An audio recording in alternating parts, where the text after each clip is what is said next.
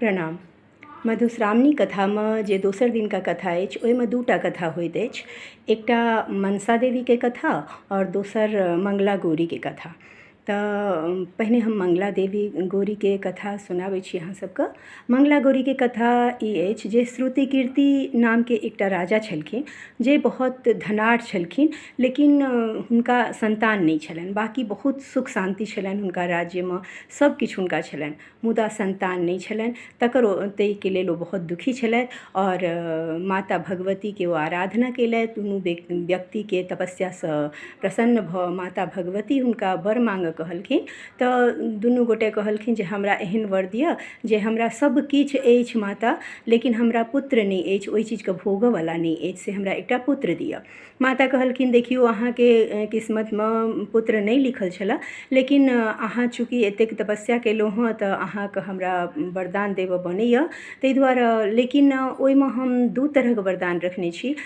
या तऽ अहाँके सर्वगुण संपन्न यदि पुत्र चाही तऽ ओ अल्पायु हैत, और यदि अहाँ चाहै छी जे दीर्घायु हमर पुत्र हुअ, चिरायु हुअ, तऽ ओ ज्ञानी नहीं हैत, मूर्ख हैत, मूर्ख चपाट हैत, अहाँके राजकाज के सम्हारि नहीं सकत। तऽ राजा कहै छथिन जे यदि राजकाज के नहीं सम्हारि सकत तऽ फेर पुत्र के की फायदा। तऽ एहन करू अहाँ, यदि चूँकि अहाँ माता रानी छी, अहाँ तऽ जे कहबै हमरा ओही पर हाँ कहऽ पड़तै। तऽ हे माता हमरा जे पुत्र दिअ, भले अल्पायु हुअ तऽ हुअ, लेकिन ओ ज्ञानी अवश्य हुअ। माता रानी कहलखिन ठीक छै, आशीर्वाद देलखिन और हुनका पुत्र भेलनि। माता रानी कहने छलखिन जे अहाँ जाउ, अहाँके जे कलम में गाछ अछि ओहि गाछ में से एकटा आम तोड़ि कऽ दियौन अपना पत्नी के खाय लए, आ ओ गर्भवती भऽ जेती। अहिना भेलनि।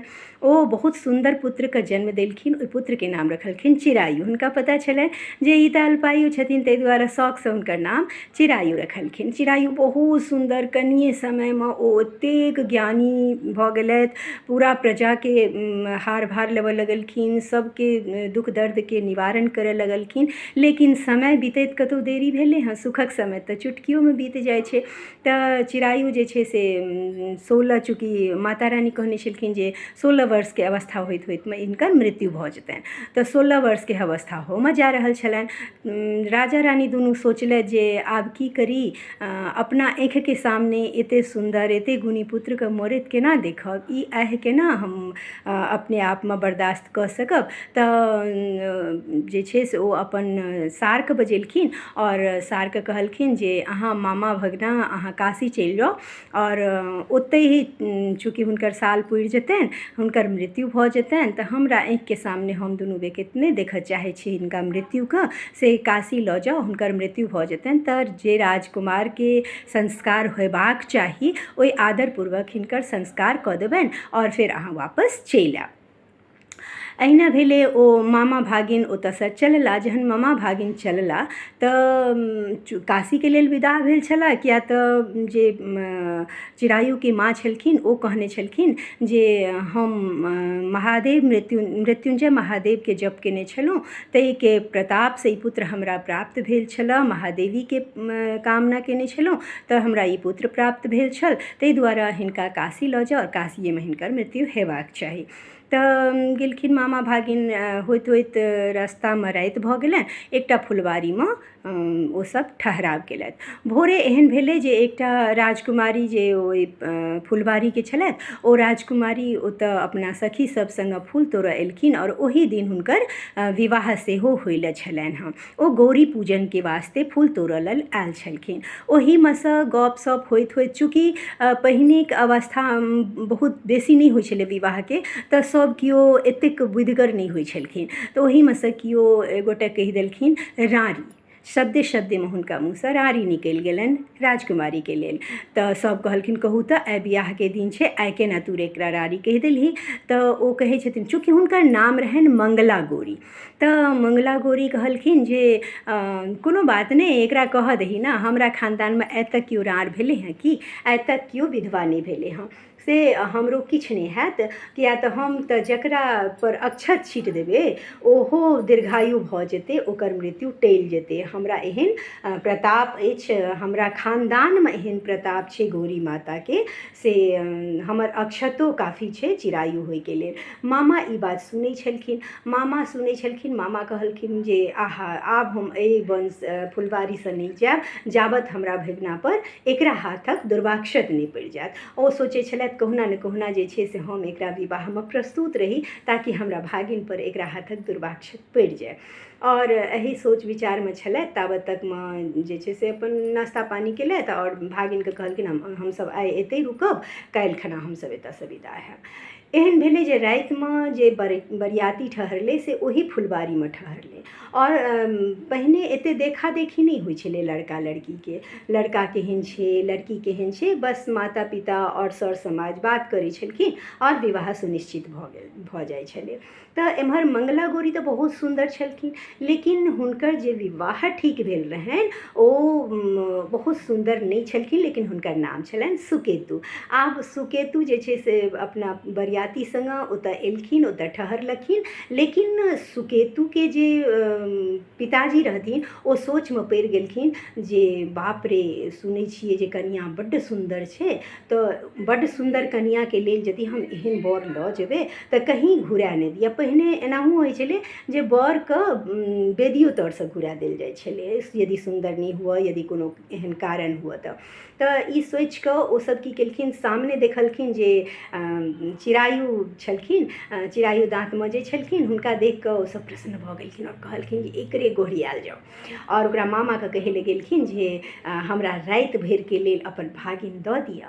ओ तऽ पहिने नाकुर नुकुर केलखिन, हुनका मोनमे तऽ लड्डू फूटै छलनि, लेकिन नाकुर नुकुर करैत रहलखिन ऊपर मनसँ जे नहि नहि नहि एहन बात थोड़े हेतै, हमर बिआहसँ हमरा भागिनसँ बिआह हेतै और फेर अहाँ ओहि कनिआँके कहबै जे हमर पुतोह छी, एना तऽ नहि हेतै, एना तऽ नहि हेतै। टाल मटोल केलखिन, लेकिन फेर भागिनके जा देलखिन। हुनके भागिन चिरायु सङ्गे मंगला गौरीके विवाह भेलनि। आब मामा बहुत खुश छलथि जे हमरा भागिनपर अक्षत पड़ि गेल, आब हमर भागिनके मृत्यु टलि जायत, हमर भागिनके मृत्यु नहि हैत। ई खुशीमे पागल छलथि और एहिना होइत ओही रातिमे हुनकर मृत्यु आबैवला छलनि, मृत्यु होइवला छलनि।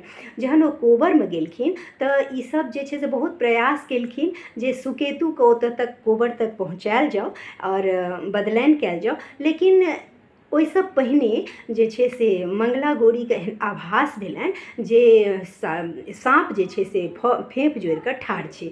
आब मंगला गौरी बहुत परेशान भऽ गेलथि, बहुत डरि गेलखिन और ताबत तक हिनका जे छै से नींद आबि गेलनि और चिरायु सुति रहलखिन। चिरायुके सुतलाके बाद मंगला गौरी की केलखिन जे दूधक जे कटोरा राखल रहनि हुनका लगमे ओ साँपके लगमे राखि देलखिन। साँप ओ दूध पीबै छलखिन ताबे मंगला गौरी कहलखिन जे हमर आइए विवाह भेल अछि, से हमरा पतिके किछु नहि करू, अहाँ जे कहबै से हम करैके लेल तैयार छी, हमर खानदान दर खानदान अहाँके पूजा करत, लेकिन हमरा बरके नहि डसू, हमरा विधवा नहि बनाउ, किया तऽ हमरा खानदानमे ई अछि और ई पहिलुक हम विधवा हैब से अहाँके केना मंजूर हैत। हम अहाँके जे सेवा चाही से हम करब, मुदा हमरा पतिके नहि डसू। ओ एना केलखिन, साँप जे छै से ओ दूध पी लेलखिन आ पानि पीबैके लाथे बोहनिमे गेलखिन। बोहनिमे जहाँ कि गेलखिन कि ओ कपड़ासँ मुँह बान्हि देलखिन मंगला गौरी ओहि ओकर मुँह कपड़ासँ बान्हि देलखिन आ जखन ओ कपड़ासँ मुँह बान्हि देलखिन ताबत तक हिनकर मृत्युके समय जे छै से टलि चुकल छलनि चिरायुके। चिरायु उठलखिन आ कहलखिन हमरा बड्ड जोरसँ भूख लागल यऽ। मंगला गौरी गेलथि, माँसँ कनि लड्डू कनि मिठाइ सब लऽ कऽ एलखिन आ अपना पतिके खुएलखिन। पति हाथ धोइ लए जहन चिरायु गेलखिन हुनका हाथसँ अंगूठी खसि पड़लनि। ओ अंगूठी जे छै से मंगला गौरी अपना हाथमे पहिर लेलखिन और पतिके सुता देलखिन, अपनो सुति रहलथि। लेकिन भोरमे जहन उठलखिन तऽ चिरायुके कतहु नहि देखलखिन। तहन चिड़ायुके जे कतहु नहि देखलखिन, आब सुकेतुके पिताजी कहलखिन, पिताजी बर लए कऽ एलखिन आ कहलखिन ई अहाँके बर छी। मंगला गौरी कहलखिन नहि, ई तऽ हमर बर नहि छी, हमर बर तऽ बड्ड सुन्दर छल। तऽ एतेक कालमे अहाँ बरोके देख लेलियै। पहिलुका लड़कीसभ एतेक जल्दबाजीमे बरसँ गपशप नहि करै छलखिन, ताहि दुआरे हुनका सभके आश्चर्य भेलनि। लेकिन मंगला गौरी किछु सवाल केलखिन, ओहि सवालके जवाब ओ नहि दऽ सकेलखिन सुकेतु। तऽ जे मंगला गौरीके पिताजी छलखिन ओ हुनका कहलखिन जे नहि, हमर बेटी यदि अहाँके नहि गछैए तऽ हम अपन बेटीके ऊपर थोपब नहि अहाँके। और मंगला गौरीके रहबास जे छै से ऊपरका छत पर कऽ देलखिन, तेसर चारिम तल्ला पर कऽ देलखिन आ कहलखिन देखियौ, यदि अहाँके ब्याहता छलै, अहाँके केओ ब्याहलथि, अहाँ हुनका जरूर चिन्हबनि और ओ कहियो ने कहियो घुरि कऽ एहि रस्तासँ एतथि तऽ अहाँ हुनका चिन्हबनि। अहिना भेलै। बहुत दिनके बाद चिड़ायु जे छै से 1 साल हुनका भऽ गेलनि, तऽ मामा बुझलखिन जे आब हमर भगिना नहि मरल, भगिना हमर बचि गेल। तऽ ओ वापस आबऽ लगलखिन। जहन वापस आबऽ लगलखिन तऽ रस्तामे चिड़ायु कहलखिन कि मामा हो, एही घरमे हमर बियाह भेल छलै। और ओतऽ ई बात सुनैत देरी मंगला गौरी उतरलखिन आ हल्ला करऽ लगलखिन, वएह हमर बर जाइ छथि, वएह हमर बर जाइ छथि, वएह हमर बर जाइ छथि। जहन एलखिन तऽ मंगला गौरीके पिताजी जे छलखिन से ओ सारा सवाल चिड़ायुसँ केलखिन जे मंगला गौरी सुकेतुसँ केने छलखिन, जे रातिमे अहाँ यदि हमर बर छी, अहाँ यदि हमर बेटीके बर छी तऽ कहू जे हमरा बेटीके हाथमे अंगूठी अछि, ओ कोन अंगूठी अछि। तऽ ओ कहि देलखिन, ओकर जवाब देलखिन, कहलखिन जे ओहि राति ई अपना बरके किछु खुएने रहै, से की छलै। तऽ ओहो ओकरो जवाब देलखिन, सारा बातके जवाब हुनका मिल गेलनि। तऽ बहुत खुश भेलखिन राजा और हुनका संगे अपना पुत्रीके चिड़ायु संगे विदा कऽ देलखिन। जहन गाम लग एलखिन तऽ जे श्रुतिकीर्ति छलखिन ओ हुनका पड़ोसिन सब, हुनका गाम घरके लोक सब कहैत एलखिन जे राजा साहब अहाँके पुतोह आ बेटा दुनू अबै छथि। हुनका सबके आश्चर्यके ठिकाना नहि रहलनि। आ जखन एलखिन तऽ पुतोहके परिछलथि आ पुतोहके परिछलाके बाद ओ जे छै से पुतोहके कहलखिन, कोरामे लऽ लेलखिन जे अहीं हमर पुत्रके रक्षक छी, कहू जे ई बात सब केना भेलै। सारा कथा कहै छथिन और कहै छथिन जे हे माता, से हम विषहाराके कहने छलियनि जे हम अहाँके सर समाज संगे अहाँके पूजा करब, से हे माता सालमे एक बेर हमर विषहाराके पूजा अहाँ पूरा गोष्ठीके संगे अवश्य करब। तऽ एहि दुआरे हम सब केओ मिलकऽ मंगला गौरी और विषहाराके पूजा करै छी अपना सुहागके रक्षाके लेल, तऽ और मधुश्रावणी मनाबै छी। तऽ ई भेल हमरा दोसर दिनक पहिलुक कथा। ठीक छै।